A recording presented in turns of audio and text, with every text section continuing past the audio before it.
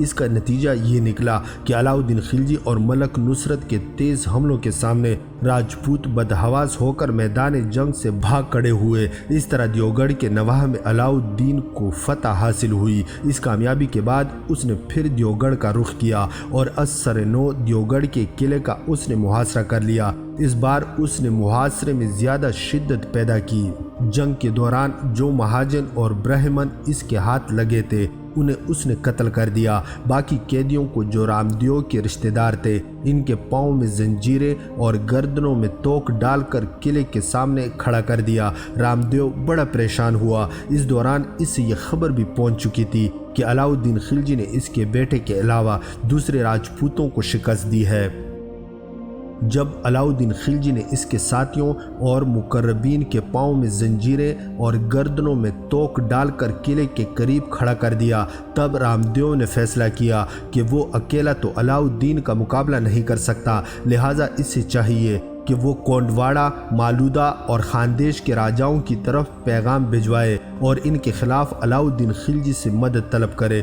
پھر رامدیو کی بدقسمتی کہ اس دوران قلعے کے اندر غلے کی کمی محسوس ہونے لگی۔ رامدیو اس بھروسے میں تھا کہ قلعے کے باہر سے جو بورے اندر لائے گئے ہیں ان میں غلہ ہے، لہٰذا وہ کافی عرصے قلعے میں محصور لشکر کے کام آ سکتا ہے، لیکن ان میں غلہ نہیں نمک تھا۔ غلے کی جگہ نمک دیکھ کر راجہ بڑا پریشان ہوا۔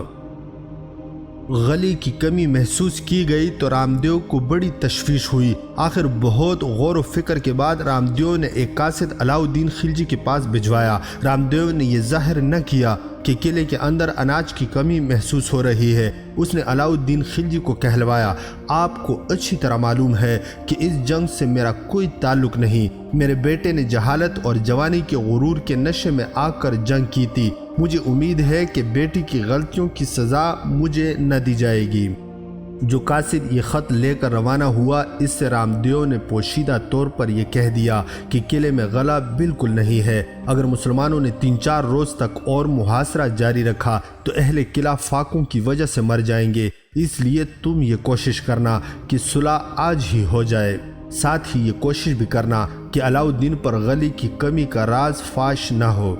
راجہ کا قاصد علاؤالدین کے پاس پہنچا اور اس سے راجہ کا پیغام دیا۔ علاؤالدین کو یہ معلوم ہو چکا تھا کہ قلعے میں غلہ بالکل نہیں ہے، اس لیے اس نے صلح کرنے میں بہت دیر لگائی۔ آخرکار راجہ کے قاصدوں نے بڑی خوشامد کر کے اس شرط پر صلح کی کہ رامدیو اس وقت علاؤالدین خلجی کو 600 من سونا، 7 من موتی، 2 من لال یاقوت، الماس اور ازمرد، 1000 من چاندی، 4000 ریشمی کپڑے اور بہت سی دوسری اشیاء جن میں بڑی لمبی فہرست تھی، علاؤالدین خلجی کو پیش کرے گا۔ ساتھ ہی ان ایلچیوں نے یہ بھی وعدہ کیا کہ ایلچ پورا کا صوبہ بھی راجہ رامدیو علاؤالدین کے قبضے میں دے گا، اور اگر وہ ایسا نہ کرنا چاہے تو اس صوبے کا سالانہ موصول سال ہر سال علاؤالدین خلجی کی طرف روانہ کیا جاتا رہے گا۔ ان تمام اشیاء اور نذرانوں کے عوض علاؤالدین سارے قیدیوں کو رہا کر دے گا، اور وہ لشکر جو دہلی سے دکن کو فتح کرنے کے لیے روانہ ہوا اسے راستے میں ہی سے واپس کر دے گا۔ نیز وہ یہ بھی کام کرے کہ دہلی کے سلطان جلال الدین خلجی اور رامدیو کے درمیان صلح کروا کر ایسے مضبوط تعلقات قائم کروا دے کہ پھر دونوں سلطنتوں میں جنگ نہ ہو۔ علاؤالدین خلجی نے اس پیشکش کو قبول کر لیا۔ سارا سامان اس نے وصول کر لیا۔ جن لوگوں کو اس نے قید کیا تھا انہیں آزاد کر دیا۔ 25 روز تک اس نے دیوگڑھ میں قیام کیا، اور اس کے بعد سارا سامان، گھوڑے، ہاتھی وغیرہ لے کر وہ دیوگڑھ سے روانہ ہو گیا۔ مورخین لکھتے ہیں کہ جس قدر مال و دولت، جواہرات، مال و اسباب، ہاتھی، گھوڑے علاؤالدین خلجی کو دیوگڑھ سے حاصل ہوئے، اتنی دولت کبھی کسی دہلی کے بادشاہ کے پاس بھی جمع نہ ہوئی ہوگی۔ مورخین یہ بھی لکھتے ہیں کہ اکثر اوقات غیبی امداد کا ظہور مختلف حکمرانوں کے حق میں ہو جاتا ہے، اور اس طلسمات جہاں میں اکثر اقبال مندوں کے ناممکن منصوبے بھی ان کی خوش قسمتی سے ممکن بن کر رہ جاتے ہیں۔ لیکن قدرت نے جس طرح علاؤالدین خلجی کی مدد کی، اس کی مثال مشکل سے ملے گی۔ جتنی دولت اس کے قبضے میں آئی اتنی شاید ہی کسی اور کو میسر ہوئی ہو۔ یہ تو ظاہر ہے کہ کڑا سے لے کر دیوگڑھ تک کتنی طویل مسافت تھی۔ اتنی طویل مسافت کو طے کرنا بڑا ہی مشکل کام تھا۔ دوسرے مالودہ، کونڈواڑا اور خاندیش وغیرہ کے راجاؤں کے ہاتھوں سے صحیح سلامت نکل آنا خوش قسمتی کی دلیل ہے۔ مورخین یہ بھی لکھتے ہیں کہ دشمن کا دیوگڑھ کے نواح سے نمک کے بوروں کو غلط سمجھ کر قلعے میں لے جانا اور علاؤ الدین کا تھوڑے سے دنوں میں اتنی بے شمار دولت کو حاصل کر لینا، پھر انہیں دشمنوں کے درمیان سے صحیح سلامت نکالنا، تمام مشکلات کو جھیل کر واپس ہونا کوئی معمولی اور آسان بات نہ تھی۔ جن دنوں علاؤ الدین خلجی کڑہ سے نکل کر راجہ رامدیو کے علاقے دیوگڑھ پر حملہ آور ہونے کے لیے چلا گیا تھا، ان دنوں سلطان جلال الدین خلجی کو جب علاؤ الدین کی طرف سے کوئی خبر نہ ملی تب وہ کسی قدر پریشان ہوا۔ البتہ علاؤ الدین خلجی دیوگڑھ جانے کے بعد جو اپنا نائب مقرر کر کے گیا تھا وہ اس کی عدم موجودگی میں کڑہ کی حکومت کے فرائض انجام دیتا رہا۔ کبھی کبھار وہ جلال الدین کی خدمت میں اس مضمون کا خط بھی لکھ دیتا کہ علاؤ الدین آج کل کسی باغی کی غارت گری میں مصروف ہے اور عنقریب اپنے حالات تفصیل کے ساتھ جلال الدین کو لکھ بھیجے گا۔ اس طرح 6 ماہ گزر گئے۔ اس دوران علاؤ الدین کا ایک خط بھی بادشاہ کی خدمت میں نہ آیا۔ اس زمانے میں علاؤ الدین کی بغاوت کی افواہیں ایک پیشگوئی کی طرح دہلی کے ہر چھوٹے بڑی کی زبان پر آئیں۔ جلال الدین کو اپنی بیوی اور علاؤ الدین کی باہمی ناراضگی کی کیفیت بھی معلوم تھی، لیکن یہ نیک طبیعت اور رحم دل بادشاہ علاؤ الدین کی طرف سے قطعاً بدگمان نہ ہوا۔ سلطان جلال الدین خلجی کی زندگی کے مزید تفصیلی واقعات کی قسط نمبر 7 ہماری آنے والی ویڈیو میں ملاحظہ کرنے کے لیے چینل کو سبسکرائب کرنا نہ بھولیے گا۔ اس وقت تک کے لیے فی امان اللہ۔